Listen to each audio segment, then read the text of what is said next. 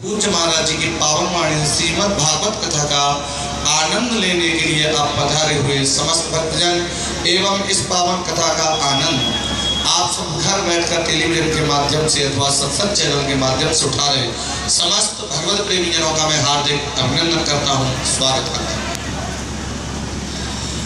आज की पावन तिथि थोड़ा सा कभी कभी तो मायूस सा कर देती है।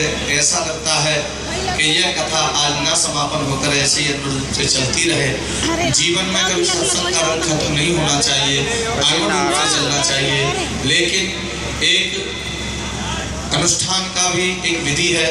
हर विधि में अनुष्ठान, कितने दिनों का अनुष्ठान होता है, कितने दिनों अपवाद हुआ समापन होता है, उसी के अनुरूप आज यज्ञ की पूर्णाहुति काल था।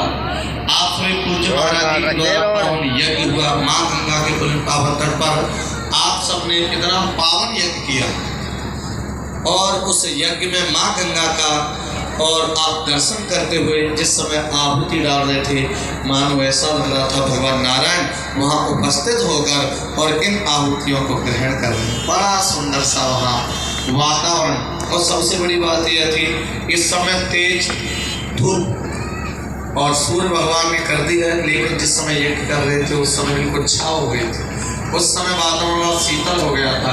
ऐसा लग रहा था कि देवता भी और इन यज्ञ करने वाले उन वैष्णव जनों का, उन श्रद्धालु भक्त जनों का, वो यजनकर्ताओं का और सम्मान कर रहे थे, उनका आदर कर रहे थे, उनके लिए और सुंदर से छाँव कर रहे थे। इतना सुंदर दृश्य वहाँ परिलक्षित हो रहा था, बड़ा अच्छा लग रहा था। आप सभी बड़भागी हैं कि आपको पूज्य महाराज जी के सानिध्यता में आपको श्रीमद् भागवत पुराण का यजमान बनने का, यज्ञ का यजमान बनने का और महारुद्राभिषेक का यजमान बनने का, शालिग्राम भगवान का यजमान बनने का आप सबको और यह अवसर प्राप्त हुआ। एक पावन कथा में कितने कितने अनुष्ठान प्रवेश कर गए, ये बड़ी सौभाग्य की बात है। यह जब संभव हो सकते हैं किसी महापुरुष के द्वारा। इतने जहाँ सैकड़ों सैकड़ों ब्राह्मणों के द्वारा और कई सैकड़ों की संख्या में विद्वान जनों ने और यज्ञ कराया, जहाँ पर आनंद लिया था समस्त भक्तजनों ने। देखिए यह कार्य ऐसे ही संभव नहीं होते, इनके लिए बड़ी धन की तो आवश्यकता होती है। धन के साथ साथ इसमें बहुत ज़्यादा समय देना पड़ता है, बड़ा परिश्रम का कार्य है। पूज्य महाराज जी कितने हवन कुंड, कितने श्रमाएँ, कितनी स्तुतियाँ, कितनी व्यवस्था पूज्य महाराज जी के द्वारा और इस पावन भूमि काल रची गई। बड़ा सुंदर मनोहर दृश्य लग रहा था। आप टेलीविजन के माध्यम से उस पावन दृश्य का भी आप दर्शन कर पा रहे हैं। आप सभी बड़भागी हैं कि आप सबको इस पावन तिथि से जुड़ने का सौभाग्य प्राप्त हुआ, यज्ञ करने का आप सबको यह अवसर प्राप्त हुआ।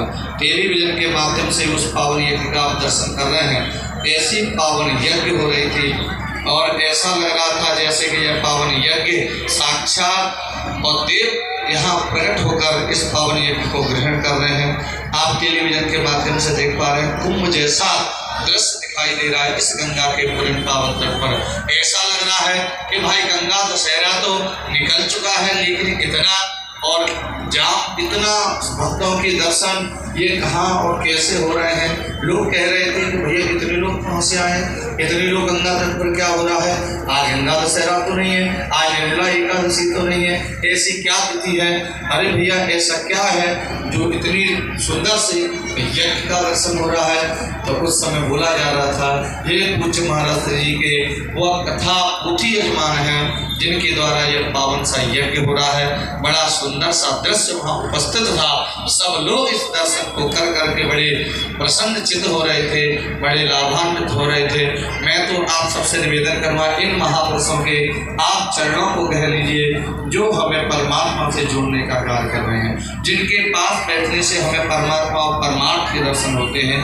ऐसे और मनुष्य बड़े दुर्लभ है। मैं तो आप सबसे निवेदन करूँगा आपको भी इन पावन मेला से जुड़ने का सौभाग्य प्राप्त हो तो आप अवश्य करना चाहिए। और पूज्य महाराज जी का परिश्रम छुपा नहीं है। पूज्य महाराज जी सुबह से लेकर रात्रि तक अनवरत रूप से कार्यरत रहते हैं। उनकी डिक्शनरी में कोई विश्राम जैसा शब्द तो है ही नहीं, सदैव वो लगे हुए हैं। और मैं आपको बताना चाहूँ करने से ही कार्य होता है, बिना करे कुछ नहीं होता। क्योंकि यत्सारभूतं तदुपास्तव्यं हंसो यथा क्षीरवाम मध्यात् उद्यमेन हि सिद्ध्यन्ति कार्याणि न मनोरथै नहि सुप्तस्य सिंहस्य प्रवसन्ति मुखे मृगाः। अरे भैया, कहा तो ये जाता है कि सिद्ध्यन्ति कार्याणि न मनोरथै, केवल मन से कह लेने से कार्य सिद्ध नहीं होते।